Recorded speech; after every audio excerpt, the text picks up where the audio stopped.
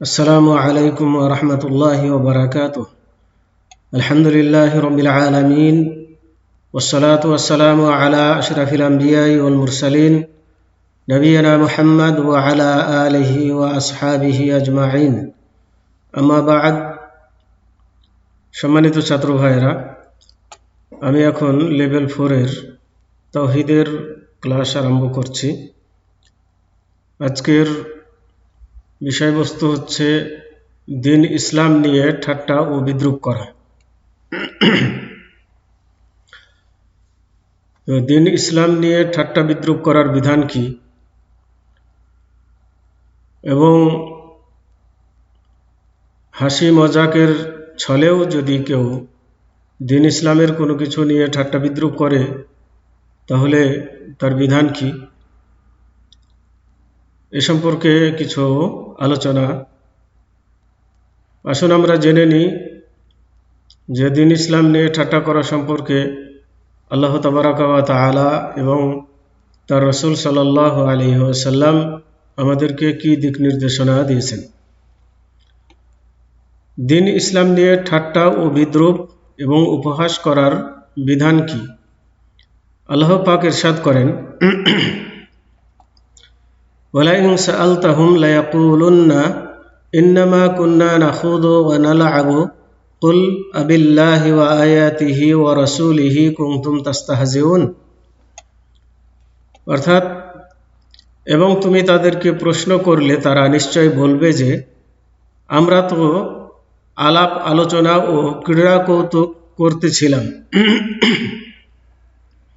বলো, তোমরা কি আল্লাহ, তার নিদর্শন ও তার রাসূলকে বিদ্রূপ করতেছিলে? সূরা তাওবা 65 নম্বর আয়াত। এখানে আল্লাহ তাবারাকা ওয়া তাআলা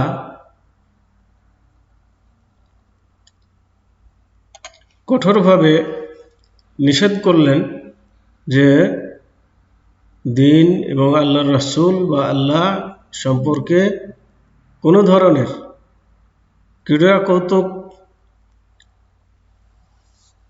কৌতুকের ছলেও কোনো বিদ্রূপ করা যাবে না। এগুলা মহা অপরাধ। রাসূলুল্লাহ সাল্লাল্লাহু আলাইহি ওয়াসাল্লাম যে শরীয়ত নিয়ে এসেছেন তার আনিত কোনো বিষয়ের প্রতি কোনো ব্যক্তি ঠাট্টা বিদ্রূপ ও উপহাস করলে সে সমস্ত মুসলমানদের সম্মিলিত ঐক্যমত্যে কাফের হয়ে যাবে, যদিও প্রকৃতপক্ষে তার মনের দিক থেকে উপহাস করার উদ্দেশ্য না থাকে, এবং যদিও সে কৌতুক ও রসিকতার ছলে করুক না কেন। তার মানে মুসলমানদের সকল উলামায়ে কেরাম একমত এ ব্যাপারে যে কেউ যদি ইসলামের কোনো কিছু নিয়ে ঠাট্টা বিদ্রূপ করে, যদিও হাসি তামাশার ছলে করে, তবুও সে কাফের হয়ে যাবে, এতে কোনো সন্দেহ নেই।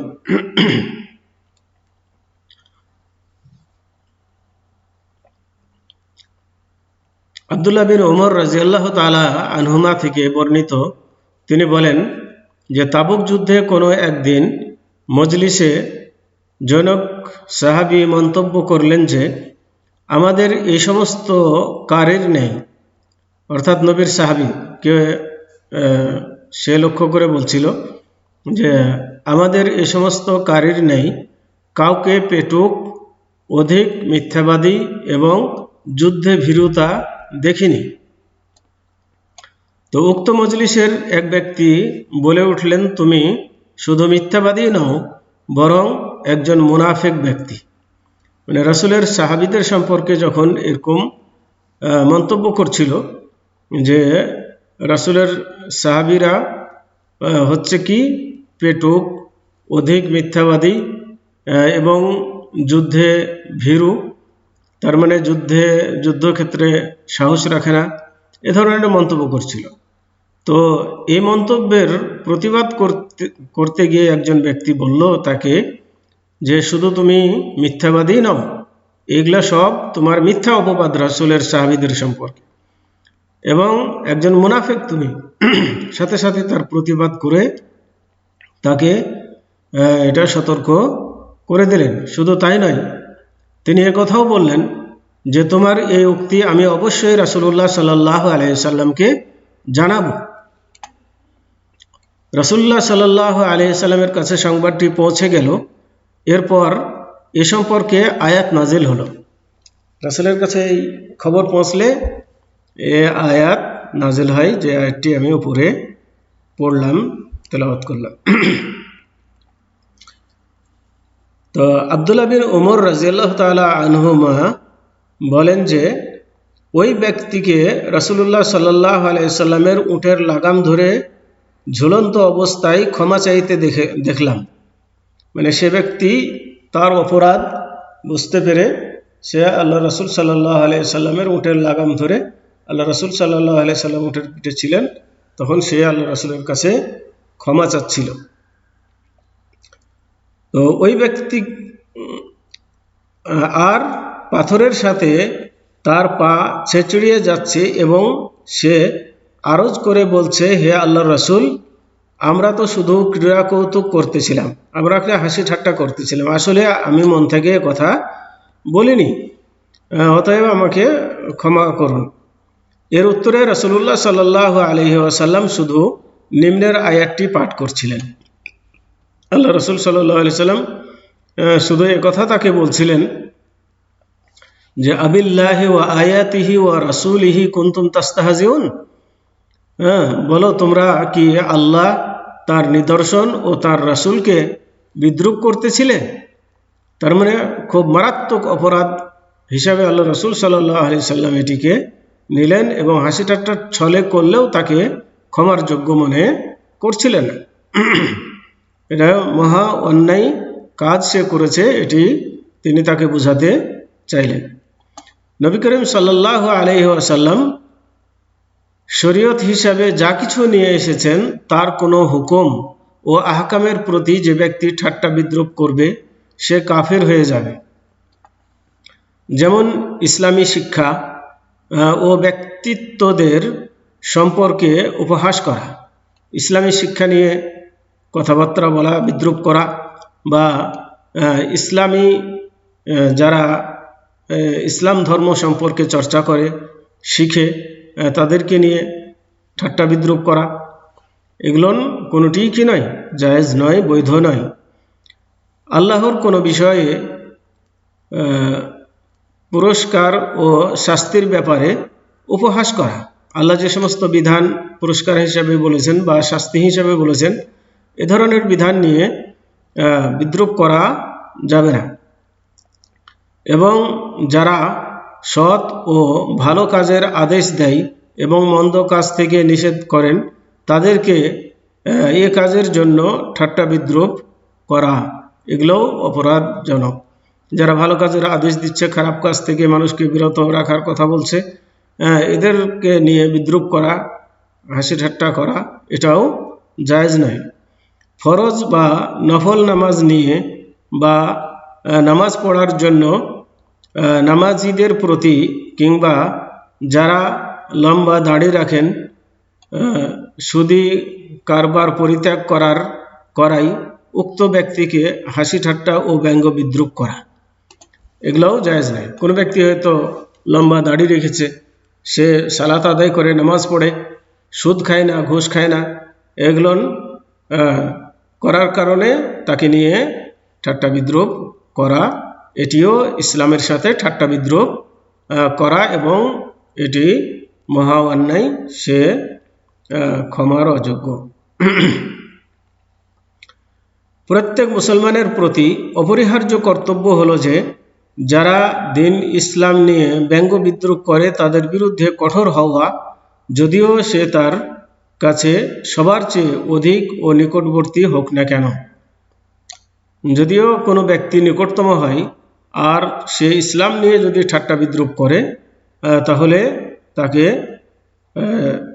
কঠোরভাবে তার বিরুদ্ধে কঠোর হতে হয়। তার সঙ্গে উঠা বসা পরিত্যাগ করবে এবং সে তাদের অন্তর্ভুক্ত যেন সে তাদের অন্তর্ভুক্ত না হয়ে যায়। আল্লাহ পাক ইরশাদ করেন, মানে কেউ যদি ঠাট্টা বিদ্রুপ করে তাহলে সে তো প্রতিবাদ করবেই এবং তাদের সাথে সে সঙ্গ দিবে না, কারণ তাদের সাথে থাকলে তাদের অন্তর্ভুক্ত হয়ে পড়বে। এজন্য তাদেরকে পরিত্যাগ করে সেখান থেকে চলে যাবে যেখানে ঠাট্টা বিদ্রুপ, ইসলামকে নিয়ে কোনো ঠাট্টা বিদ্রুপ করা হয়, ইসলামের কোনো কাজকে নিয়ে ঠাট্টা বিদ্রুপ করা হয়, সেখান থেকে সেই স্থান সে ত্যাগ করবে। আল্লাহ তাবারাক ওয়া তাআলা বলেন, ওয়াকাদ নাজ্জালা আলাইকুম ফিল কিতাবে আন ইযা সামি'তুম আয়াতিল্লাহি ইউকফারু বিহা ওয়া ইউস্তাহজাউ বিহা ফালা তাকউদু মা'আহুম হাত্তা ইয়াখুযু ফি হাদিসিন গায়রিহি ইন্নাকুম ইযাম মিসলুহুম ইন্নাল্লাহা জামিউল মুনাফিকিনা ওয়াল কাফিরিনা ফি জাহান্নাম জামিআ।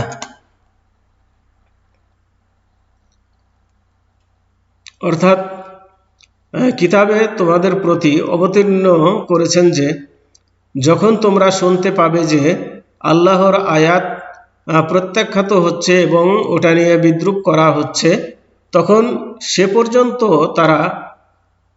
যে পর্যন্ত তারা অন্য প্রসঙ্গে লিপ্ত না হবে তোমরা তাদের সঙ্গে বসবে না, অন্যথায় তোমরাও তাদের মতো হবে। মুনাফিক এবং কাফের সকলকেই আল্লাহ জাহান্নামে একত্রিত করবেন। সূরা নিসা 140 নম্বর আয়াত।